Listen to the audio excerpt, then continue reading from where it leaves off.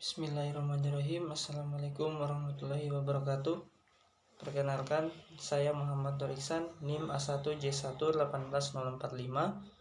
Saya dari kelompok 2 Praktikum Anatomi Fisiologi Manusia.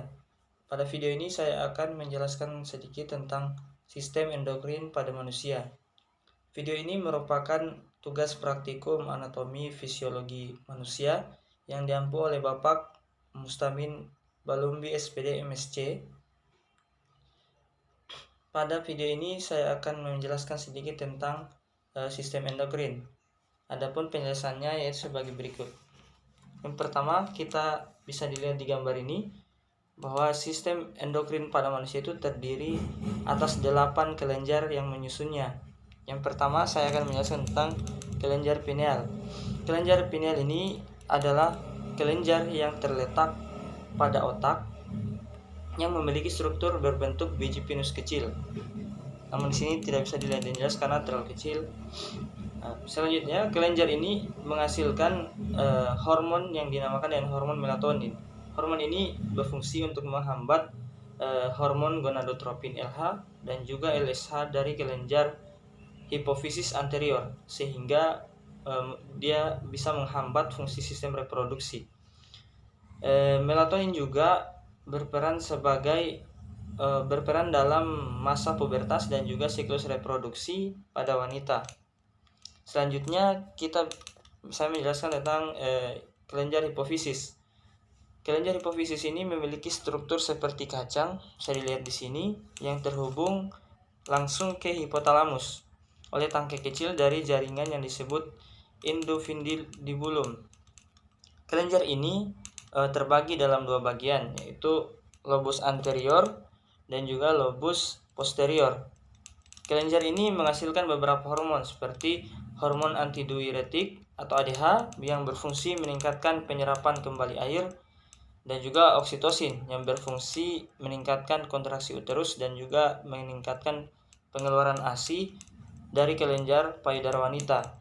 Selanjutnya adalah hormon tiroid, kelenjar tiroid dan juga paratiroid. Kelenjar ini memiliki bentuk seperti menyerupai kupu-kupu yang terletak di anterior leher. Kelenjar tiroid ini adalah kelenjar endokrin yang paling besar di dalam tubuh manusia. Kelenjar tiroid melepaskan 2 bentuk hormon tiroid, yaitu tiroksin atau T4 dan triiodotironin atau T3. Hormon tiroid mempengaruhi hampir setiap sel di dalam tubuh manusia, kecuali otak orang dewasa, organ ginjal, testis, uterus, dan juga kelenjar tiroid. Hormon tiroid juga memiliki peran penting dalam mempertahankan tekanan darah, di mana dia itu menstimulasi peningkatan jumlah reseptor di dinding pembuluh darah. Selanjutnya, kelenjar paratiroid. Kelenjar paratiroid itu merupakan kelenjar kecil yang terletak pada permukaan superior dari kelenjar tiroid. Kelenjar ini mensekresikan hormon paratiroid yang penting dalam mengontrol dan juga mengatur kadar kalsium dalam darah. Selanjutnya adalah kelenjar timus. Kelenjar timus terletak di rongga dada superior yang menghadap ke jantung. Bisa dilihat di sini. Timus mensekresikan hormon yang dinamakan timosin yang terlibat dalam pematangan sel darah putih yang disebut limfosit. Kelenjar timus ini dia itu merupakan kelenjar yang terbesar pada saat manusia masih bayi. Tetapi setelah pubertas, ukurannya mulai menurun dan juga jaringan timus digantikan oleh jaringan ikat adiposa dan areolar. Sehingga pada orang dewasa yang lebih tua, timusnya itu menjadi atrofi atau telah berhenti berkembang secara signifikan. Namun dia itu masih menghasilkan sel T baru untuk dalam rangka respon imun terhadap patogen. Selanjutnya itu kelenjar adrenal. Kelenjar adrenal ini dia itu berjumlah sepasang dan terletak di atas ginjal. Bisa dilihat di sini. Kelenjar ini menghasilkan hormon adenokortikotropik hormon atau disebut ACTH yang diperlukan untuk mempertahankan aktivitas sekretori dari korteks adrenal. yang mana dapat mengalami atrofi secara cepat jika hormon ini tidak ada. Selanjutnya adalah pankreas.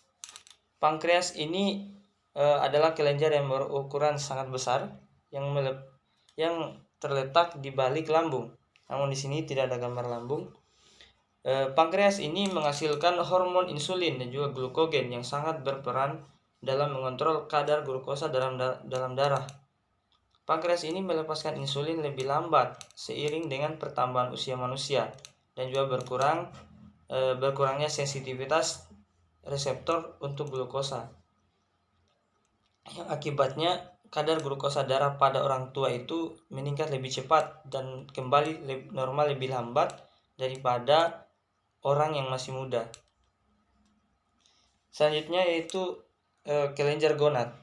Kelenjar gonad atau kelenjar kelamin ini terdiri atas dua, yaitu testis pada pria dan juga ovarium pada wanita.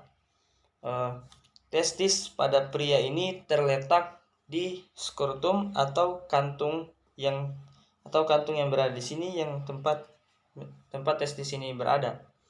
Hormon ini menghasilkan hormon utama yang dihasilkan oleh testis, yaitu testosteron, di mana terbagi atas androgen atau hormon seks pada pria.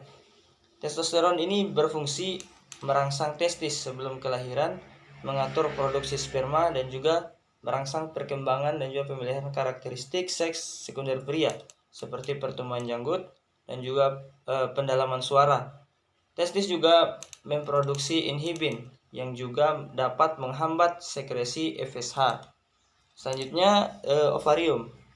Ovarium ini merupakan kelenjar gonad yang ada pada wanita. Ovarium ini mensekresikan beberapa hormon steroid yang meliputi 2 estrogen, terdiri atas estradiol dan juga estron, dan juga progesteron. Hormon seks wanita ini bersama dengan FSH dan juga LH dari hipofisis anterior berfungsi untuk mengatur siklus menstruasi wanita serta mempertahankan kehamilan serta mempersiapkan kelenjar mama untuk laktasi atau pada saat wanita itu menyusui nantinya. Hormon ini juga menyebabkan pembesaran payudara dan juga pelebaran panggul pada masa pubertas wanita. Hormon ini juga membantu menjaga karakteristik seks sekunder wanita. Ya, mungkin kurang lebihnya penjelasan saya seperti itu. Kurang lebihnya saya mohon maaf. Wabillahi taufiq wal hidayah. Wassalamualaikum warahmatullahi wabarakatuh.